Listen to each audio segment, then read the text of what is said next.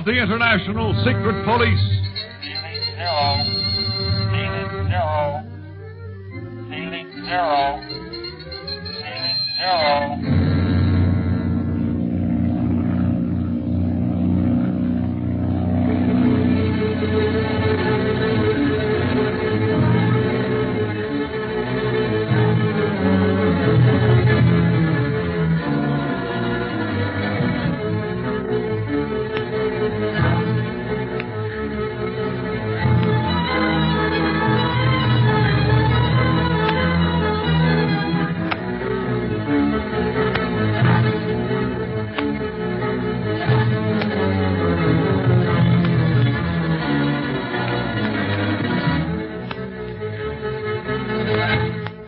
Speed, Clint, and Smiley have had several disastrous adventures since leaving New York on a flight to Africa to investigate an enterprise known as the Atlantean Syndicate.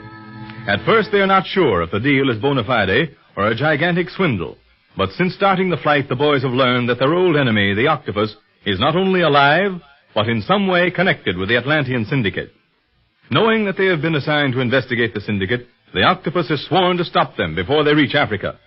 He almost succeeds on the island of Madeira, but the boys escape the murderer he set on their trail and finally take off on their last hop before reaching African shores. Soon after leaving Madeira, however, they hear a noise from the rear storage compartment, and when Speed investigates, he discovers a stowaway, a very beautiful girl. For the love of Pete, how'd you get in this plane? Monsieur, please. Oh, please let me stay. A French girl. What's the difference whether she's French or an Eskimo? She's a girl. She's got no business on this plane. Oh, no, don't say that. You don't understand. What's it all about, Speed? The stowaway's a girl, Clint. Better turn around and take her back to Madeira. Oh, no. No, please. Please do not do that. Oh, mon Dieu. Oh, now, you mustn't cry, miss. It's just... Up here, take control, please. But Clint... Come up here and follow. Well, shut my mouth. Get a chance to talk to a pretty girl like that, and you take it right away.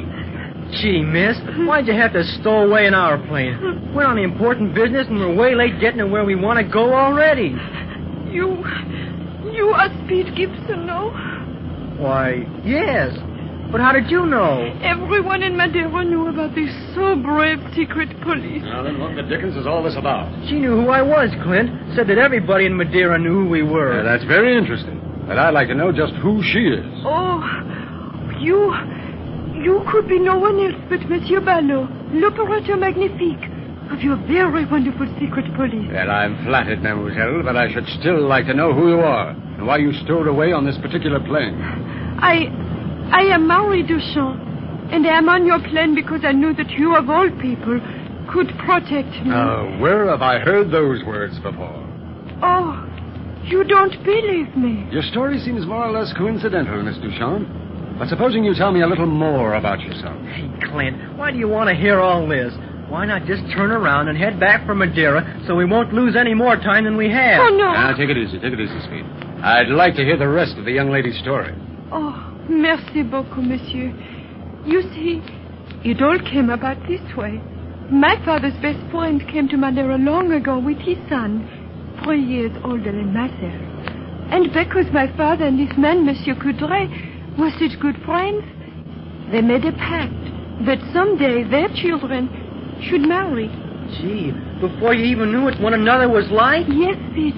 You see, both our families were titled. Such marriages are often arranged in nobility, while the couples are mere babies.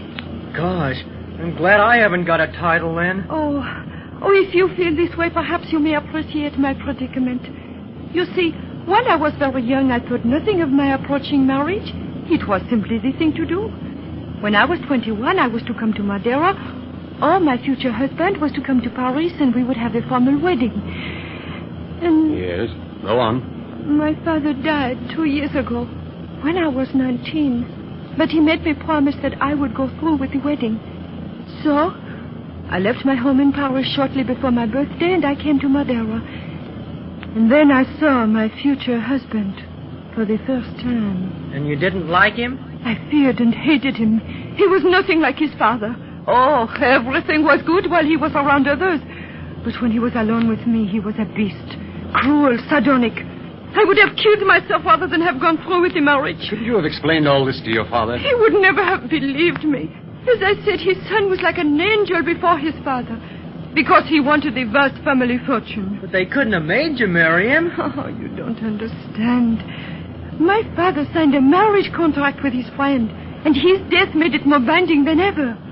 Ronald even threatened to kill me if I did not marry him. Ronald? Your intended husband? Yes.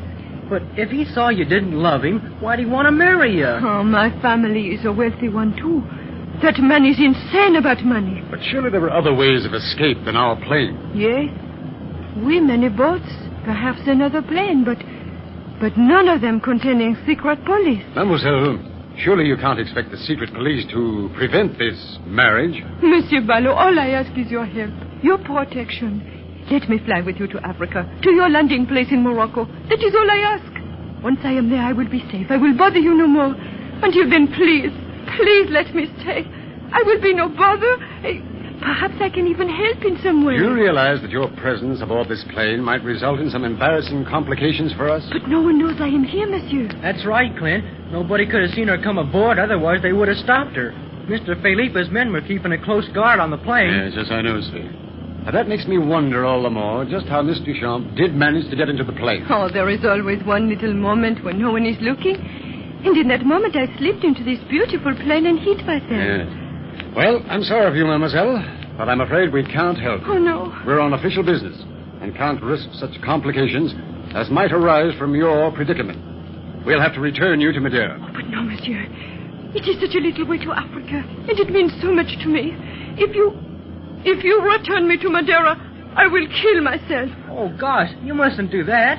There'll be some way out of your trouble, Miss Duchamp. Nothing but marriage to Ronald Coudray. Coudray? But yes. What is it, Clint? Nothing, Speed. You're right, mademoiselle. It is only a little way to Africa, and we'll risk complications and take you with us. Oh, What? Oh, thank you. Merci, Monsieur Barlow. Oh, you will never know what this means to me. I hope that I will never have cause to regret it, mademoiselle. Speed? Yes, sir? I leave Mademoiselle Duchamp in your hands. We'll land at Casablanca in about a half an hour. Until then, see that our passenger has everything she wants. I'll be up at the controls with Smiley should you want me.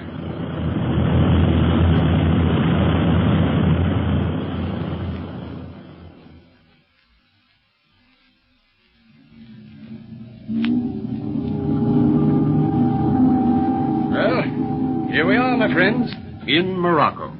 Well, Speed, how do you like Casablanca? Well, it's swell, Smiley, but... But what? Are you sure we've landed in Morocco?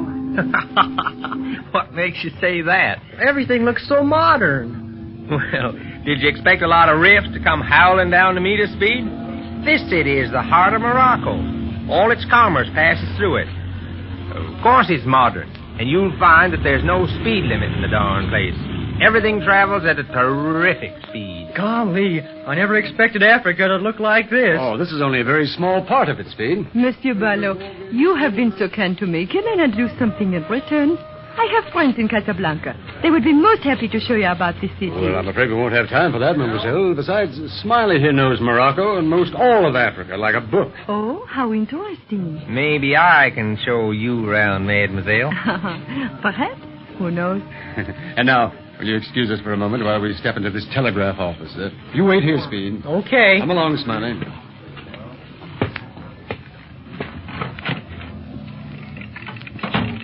Now, I wish you'd tell me what you got on your mind, Clint. Pretty as that girl is, it ain't like you to carry passengers on a flight like we're on. Now, listen closely, Smiley. We haven't got much time to talk. I wasn't sure on the plane because the list of Atlantean stockholders was in my portfolio, and I couldn't get back to the baggage compartment before landing. Man, what are you talking about? I don't know if this girl's story is true or false, but the man she was to have married, this Coudray, he's the one I'm interested in. Why? Because his father is one of the investors in the Atlantean Syndicate. What? Yes. I thought I recognized the name when the girl mentioned it. And after checking with our list of the 10, I found it there. Oh, it's the same Coudray, all right. A titled Frenchman. Smiley, I think we've stumbled on a hot trail. Boy, I've been aching for something like this. Just tell me what you want to do, Clint, and I'll tell you how to do it in Casablanca. First, I don't want to lose sight of Miss Duchamp. If her story is true, we may find that Not only sheep are on the investor's side of the fence. There may be wolves. Caudry himself? If the son is bad, perhaps the father may be worse.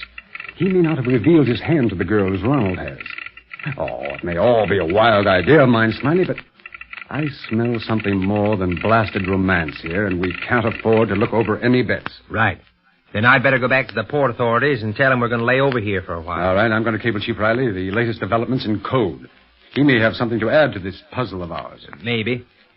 Well, I'll have our stuff sent up to the hotel while I'm there. Any particular one you want, Clint? Oh, it's up to you, Smiley. From now on, we're in your hands concerning anything African. Okay. I'll pick out a good one, and what's even more important, a cool one. Fine. Tell Speed and Mr. Champ I'll be right out. All right, boy. I'll meet you back here in about 15 minutes. Okay. Now for that cable. Yes, sir? Oh, I'd like to send a cable to New York. It'll take me a few minutes to compose it. Have your desk somewhere off in the corner? I don't want to be disturbed. Yes, sir. Right here, sir. You may use this desk as it's mine. Oh, fine. Thank you, sir. And now, let's see. The code. Where is? Where is? Who, sir? Well, I was talking to him. I've been standing right outside here. He couldn't have gotten away without seeing him. Where is he? Here I am, Smiley. What's all the excitement about? Clint. Anything wrong? Plenty. Forget that cable. Come with me. But why? What's up? It's Speed. Speed? We left him standing there with that girl, remember? Yes. Well, he's not there now. Neither is she. But they must be. I gave Speed strict orders to stay just outside the door. Yeah, but he ain't there now. And, boy, when you're missing in Casablanca, you're really missing. Come on!